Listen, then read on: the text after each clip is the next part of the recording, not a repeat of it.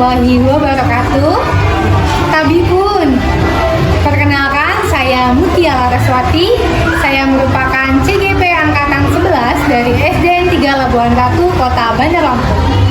Pada pagi hari ini saya bersama dengan rekan saya, Ibu Heni Dianti. Beliau merupakan guru kelas 6 di SD Negeri 3 Labuan Ratu. Baik, langsung saja kita mulai ya Ibu Heni.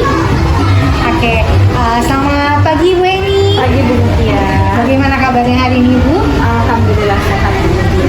Alhamdulillah sehat. Ibu, pada pagi hari ini kita akan melakukan kegiatan praobservasi. Nah, kegiatan praobservasi ini merupakan langkah awal ya Bu ya untuk persiapan sebelum nanti Ibu melakukan kegiatan pembelajaran di kelas. Agar pada saat Ibu melakukan kegiatan pembelajaran di kelas, Ibu lebih siap, lebih percaya diri, pastinya lebih mantap dengan berbagai hal yang sudah kita bahas bersama-sama di kegiatan praobservasi pada hari ini. Oke Ibu, nanti ada beberapa pertanyaan yang akan saya tanyakan kepada Ibu. Boleh Ibu? Boleh Bu Mutia. Oke, bisa kita langsung mulai ya Ibu ya. Oke, baik. Pertanyaan pertama yaitu berkaitan dengan tujuan pembelajaran. Jadi tujuan pembelajaran yang akan Ibu capai nantinya pada saat kegiatan observasi itu apa Ibu?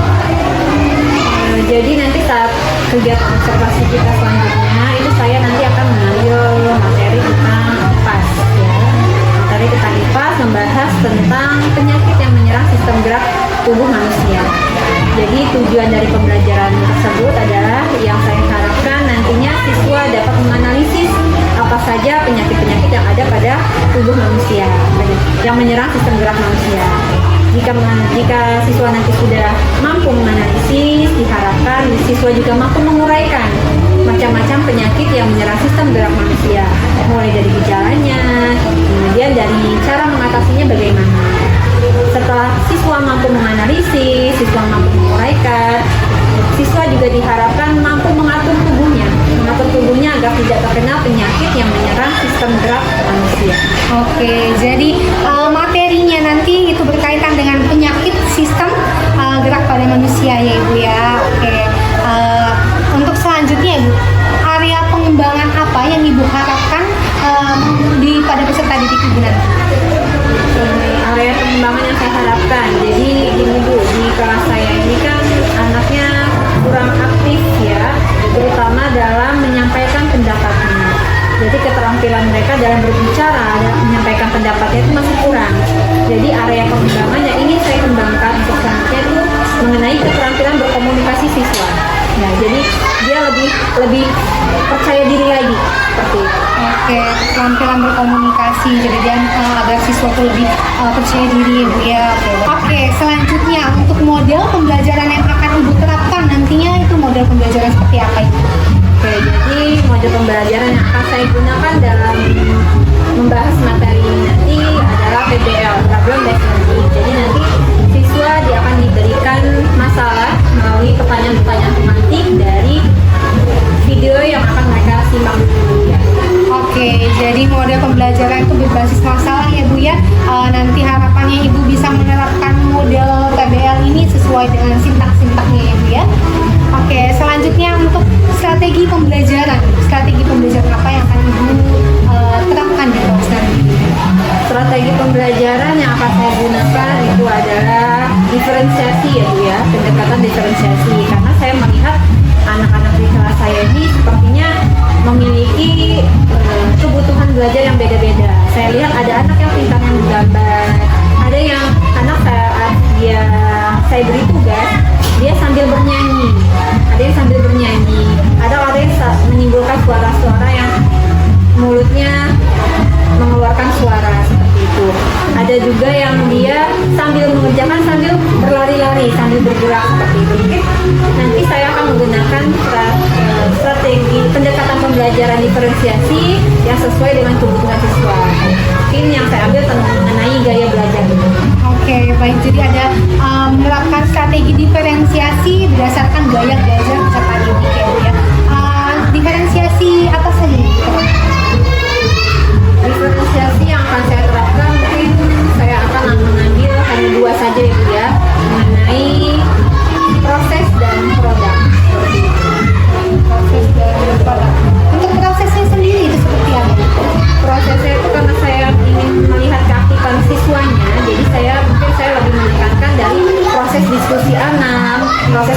bagaimana. Dan itu proses anak berkomunikasi, menyampaikan pendapat di dalam kelompoknya masing-masing.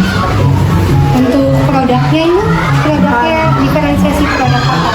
Kalau untuk produk yang sudah saya rencanakan, ini karena saya tadi sudah memetakan anak berdasarkan gaya belajarnya, jadi kemungkinan untuk anak yang visual itu akan saya tugaskan untuk membuat suatu poster seperti itu. Sedangkan untuk anak yang auditori itu akan saya tugaskan untuk membuat sebuah lagu dari materi tersebut. Sedangkan untuk anak yang kinestetik, saya akan memberikan mereka tugas membuat happy notes seperti itu. Oke, bagus sekali ya Ibu ya. Untuk penilaiannya seperti apa Ibu? Penilaian yang akan saya ambil ada 3 komponen ya Bu ya. Ada dari sikapnya ada dari pengetahuannya ada, dari keterampilannya juga ada. Jadi ketiga-tiganya ada ya Bu ya, ada sikap, pengetahuan dan juga keterampilan. Untuk waktu pelaksanaannya Bu, kapan kita akan melakukan kegiatan observasi ini nanti rencananya? Insya Allah jika tidak ada perubahan ya Bu ya, akan diambil pada hari Jumat tanggal 18 Oktober. Oke, hari Jumat 18 Oktober pada pukul berapa kita ambil Bu? Kita ambil jam yang pertama Bu, jam setengah 8. Oke, baik Bu. Untuk jumlah siswa di kelas Ibu ada berapa Bu jumlah siswanya? Jumlah siswa saya itu ada 20. Oke Bu, mungkin itu saja Bu ya untuk pertanyaan-pertanyaan yang akan saya tanyakan di kegiatan praobservasi ini. Jadi saya hanya ingin tahu apa saja arah kegiatan pembelajaran yang akan Ibu laksanakan nanti itu seperti apa. Karena nanti yang saya amati itu berkaitan dengan itu. Kemudian harapannya nanti saat pelaksanaan observasi nanti Ibu bisa melaksanakan kegiatan pembelajaran dengan maksimal sesuai dengan yang sudah Ibu rencanakan. Kemudian agar pembelajarannya juga bisa lebih maksimal kepada peserta didik. Oke, nantinya kita juga akan melakukan kegiatan observasi ya Bu ya pada tanggal 18 Oktober hari Jumat. Kemudian setelah itu kita akan melaksanakan kegiatan pasca observasi Ibu. Terima kasih Ibu atas waktunya. Sama-sama Bu Mutia. Semoga sesuai dengan harapan ya Bu ya.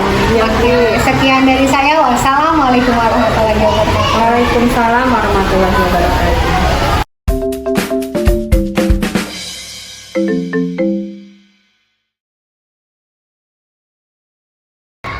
Assalamualaikum warahmatullahi wabarakatuh. Waalaikumsalam warahmatullahi wabarakatuh.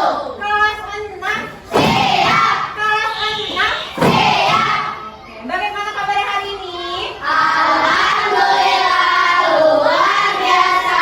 Tetap semangat. Allahu Akbar. Oke, sekarang coba kalian lihat di samping kanan kiri kalian, adakah temannya yang tidak masuk hari ini? Ada? Ada? Jadi alhamdulillah hari ini kita masuk semua. Oke, baiklah anak-anak, sebelum kita memulai pelajaran kita hari ini, kita akan berdoa terlebih dahulu. Oke, sekarang coba silakan Abiza pimpin doanya ya. Adalah teman-teman, sebelum kita mulai pelajaran hari ini, kita berdoa terlebih dahulu. Doa mulai.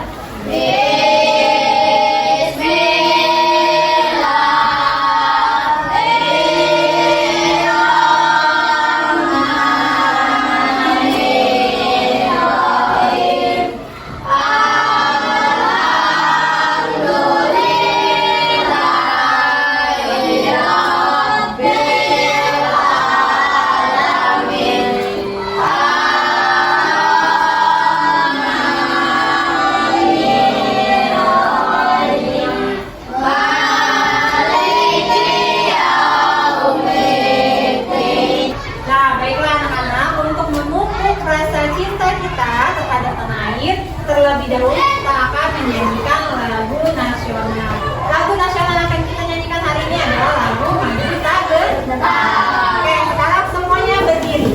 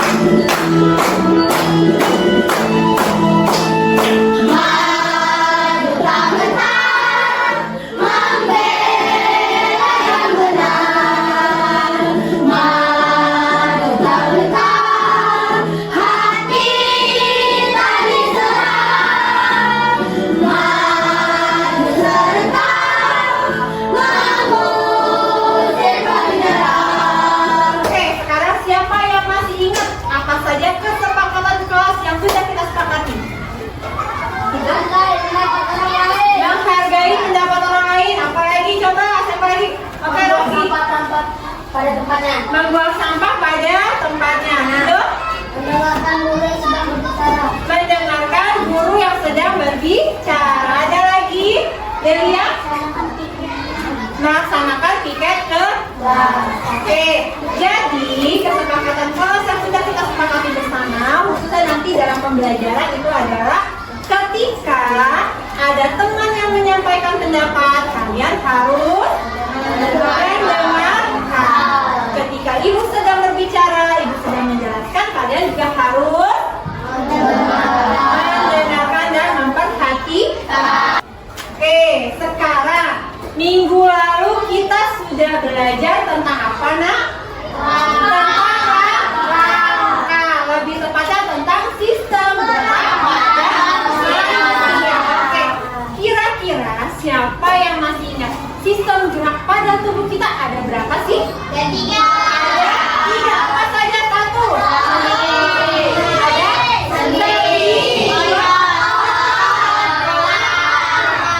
sendi, otot, dan rangka atau tulang, yang mana setiap alat geraknya itu mempunyai fungsinya masing-masing. Nah, kalau untuk misalkan rangka, fungsinya untuk apa? Membantu tubuh itu. Untuk melindungi organ yang lunak. Oke, untuk melindungi organ yang lunak. Kalau fungsinya otot apa? Alat gerak aktif. Fungsinya sendi apa? Untuk menyambungkan tulang.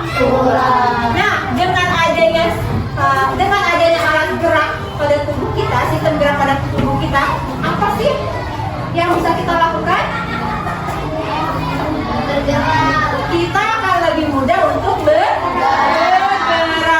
Oke, nah sekarang coba kamu bayangkan kira-kira kalau sistem gerak kita, entah itu tulang, entah itu sendi, atau itu otot, itu mengalami penyakit. Apa coba dan jadi akibatnya? Kita akan susah beraktivitas. Kita akan susah untuk beraktivitas. Nah, sekarang coba kira-kira apa saja sih penyakit yang bisa menyerang sistem gerak tubuh kita? Naila, patah tulang. Oke, yang lain ada? Iblan, keseleo. Oke, itu. Jadi salah satu penyakit yang bisa menyerang sistem gerak tubuh kita itu ada patah tulang dan keseleo. Nah, inilah yang akan kita pelajari hari ini. Kita akan belajar mengenai sistem gerak pada kelainan pada sistem gerak tubuh kita.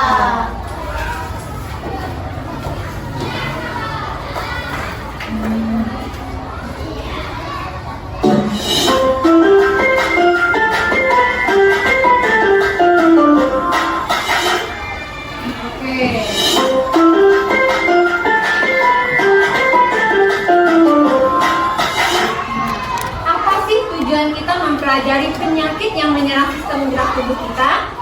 Tujuannya yaitu yang pertama, kalian nantinya akan mampu menganalisis apa saja sih penyakit-penyakit yang menyerang sistem gerak tubuh kita. Setelah kalian mampu menganalisis, kalian akan mampu menguraikan penyakit itu apa saja, gejalanya seperti apa, dan bagaimana cara mengatasinya.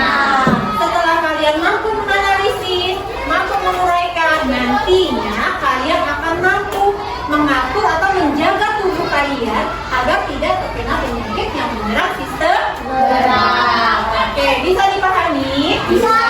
Dipahami? Bisa. Sekarang kita tepuk semangat dahulu. Tepuk semangat.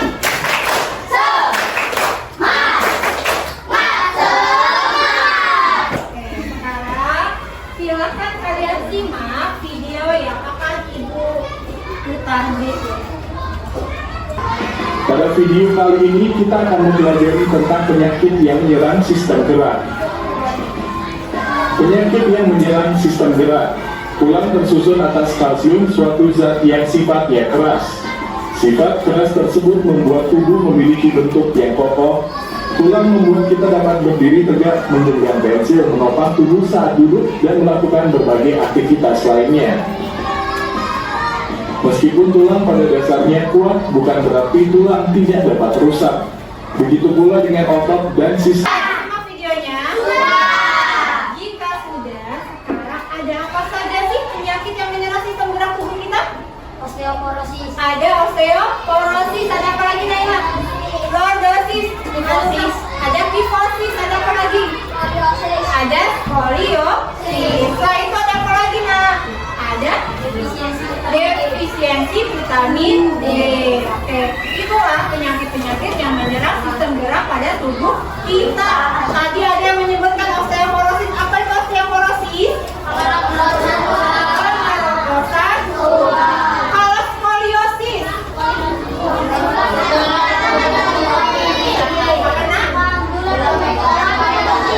Ya, tulangnya membengkok ke samping, ke kanan atau ke kiri. Oke. Untuk lebih memahami tentang penyakit yang menyerang sistem gerak tubuh kita, maka ibu akan membagi kalian menjadi 3 kelompok. Oke? Oke. Sudah berada di kelompoknya masing-masing? Sudah. Kalau sudah berarti ini kelompok 1, yang ini kelompok 2, dan ini kelompok 3. Oke, masing-masing kelompok kemarin sudah ibu minta membawa alat dan bahan yang ibu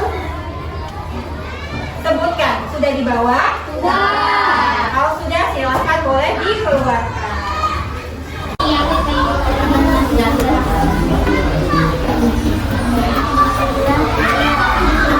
Penyakit yang menyerang. Nah, berarti sistem gerak ada apa sama tadi?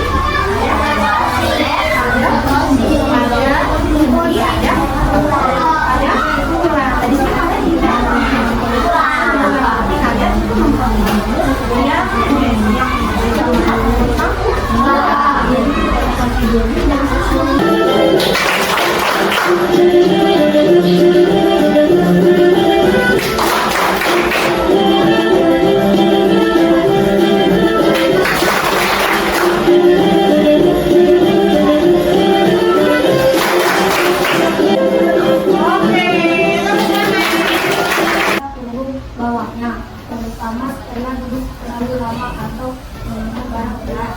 Setelah diperiksa, dokter mengatakan bahwa tulang belakang ini duduk selesai duduk suaranya duduk. Malah mencegah penyakit kifosis. Kita rajin berolahraga dan mengonsumsi makanan yang berkalsium serta memiliki baik dan benar. Inilah diskusi kami. Bagaimana teman-teman, ada yang ingin bertanya? Kami dari kelompok 2, kami akan mempresentasikan hasil diskusi kami. Penjelasan berikutnya akan dijelaskan oleh Azhara. Menurut kelompok kami, penyakit yang menyerang sistem gerak manusia yaitu tulang. Ada lordosis, ada kifosis, ada skoliosis, dan ada osteoporosis. Penjelasan berikutnya kami akan menjelaskan dengan cara menyanyi sebuah lagu. Ayo kawan, kita bersama.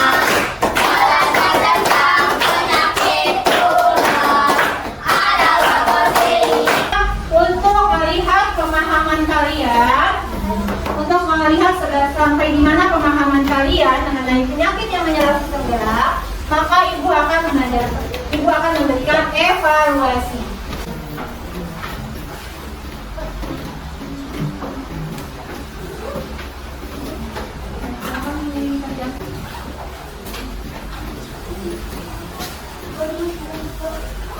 Jadi apa yang sudah kalian pelajari hari ini? Penyakit yang menyerang sistem gerak. Ada apa saja? Ya, ada apa saja tadi? Osteoporosis,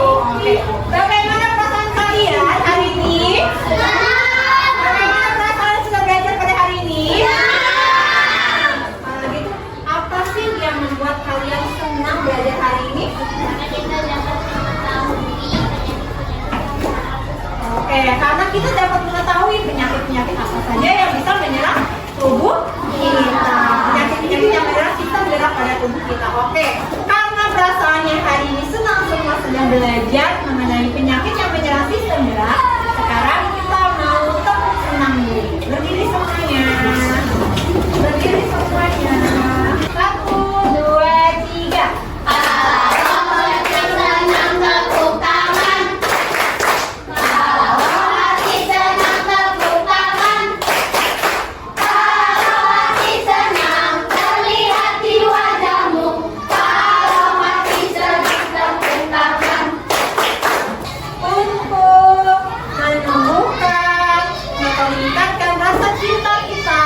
Budaya kita yaitu budaya daerah Lampung, maka kita akan menyanyikan lagu Cangger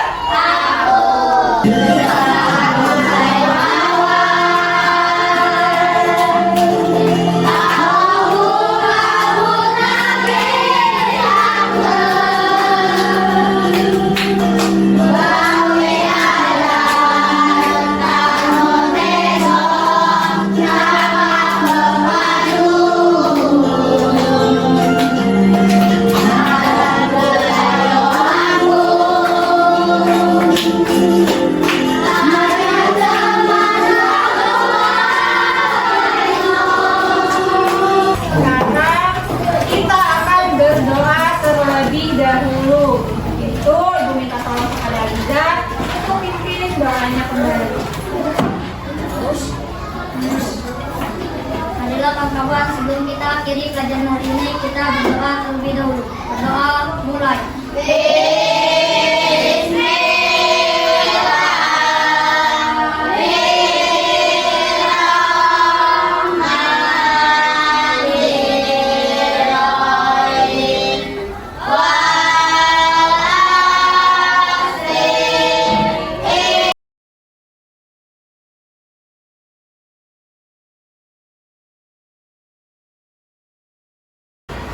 Assalamualaikum warahmatullahi wabarakatuh.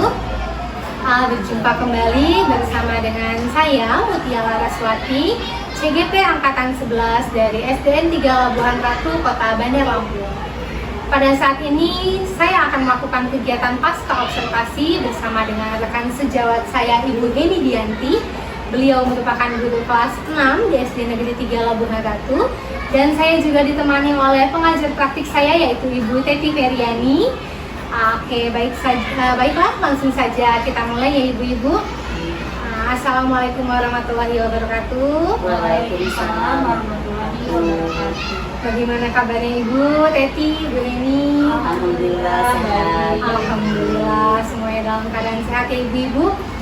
Baiklah, pada percakapan pasca observasi ini saya akan memberikan beberapa pertanyaan kepada Ibu Heni Dianti terkait dengan proses pembelajaran yang telah Ibu laksanakan yang pada saat kegiatan observasi, kemudian dengan tujuannya untuk mengevaluasi sejauh mana proses pembelajaran yang sudah Ibu Heni Dianti lakukan.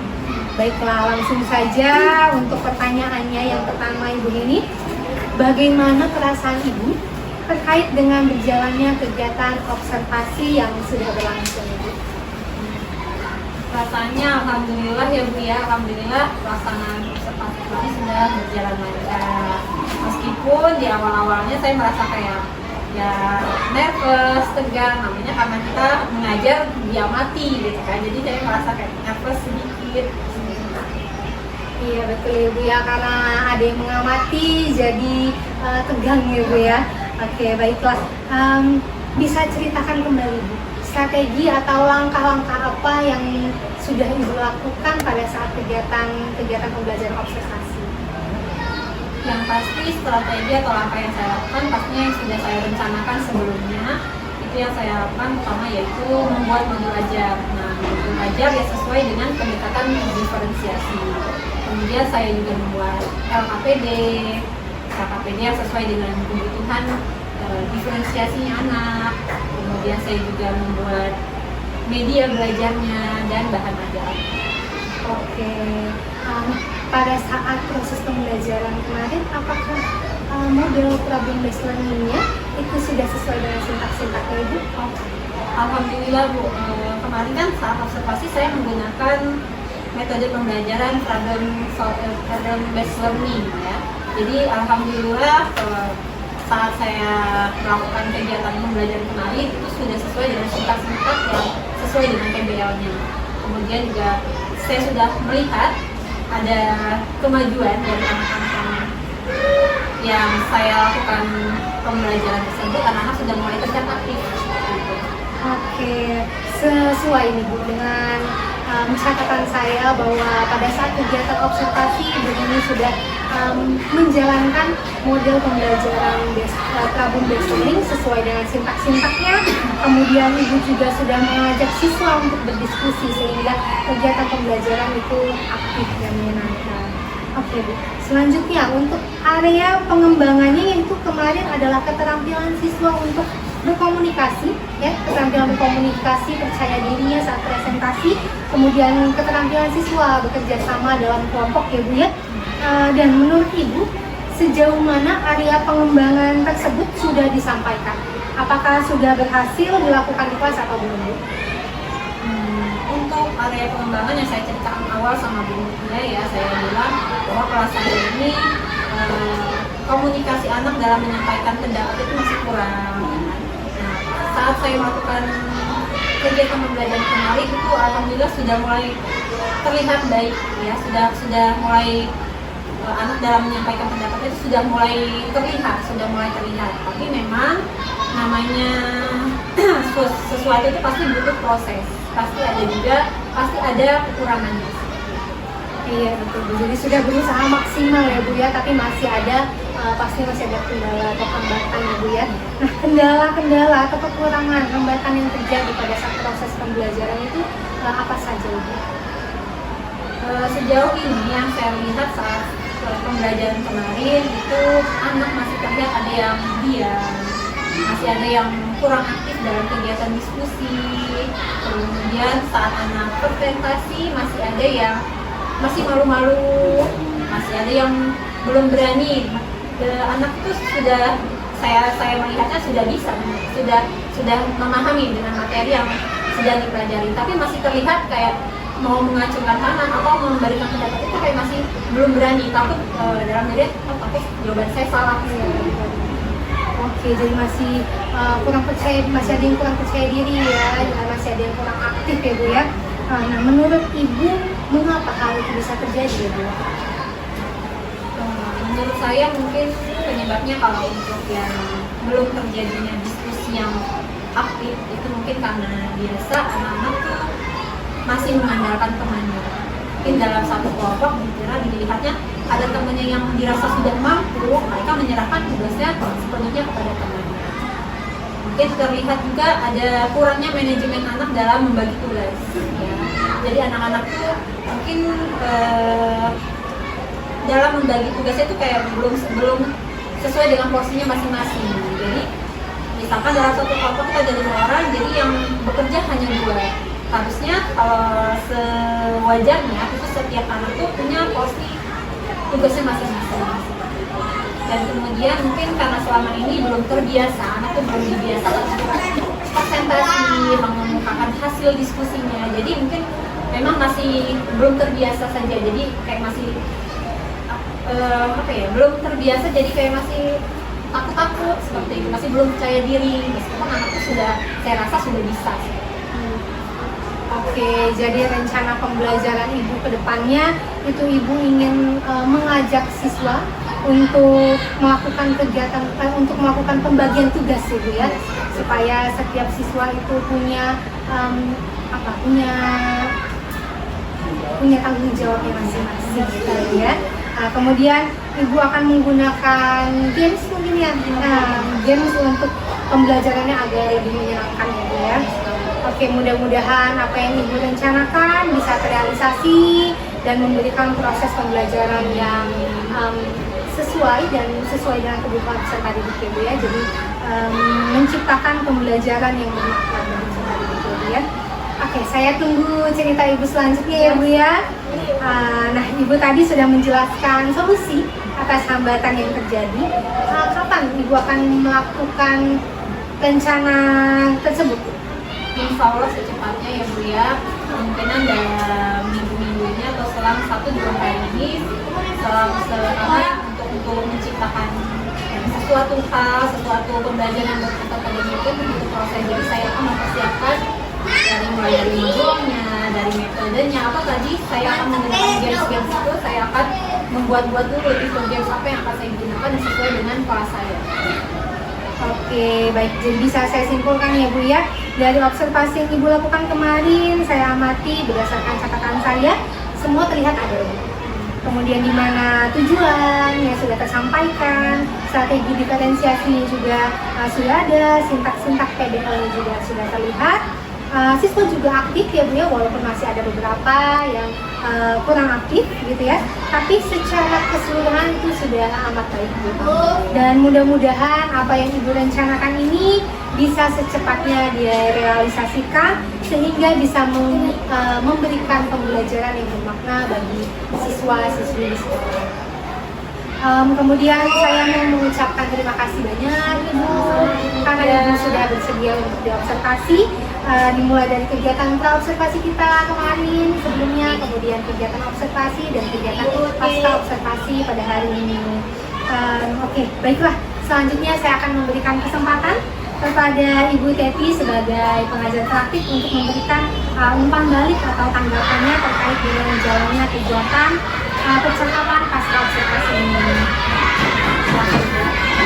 Terima kasih kepada Bu Butia dan Bu Heni ya, yang sudah melakukan proses dalam rangka tugas ciri Bu Butia.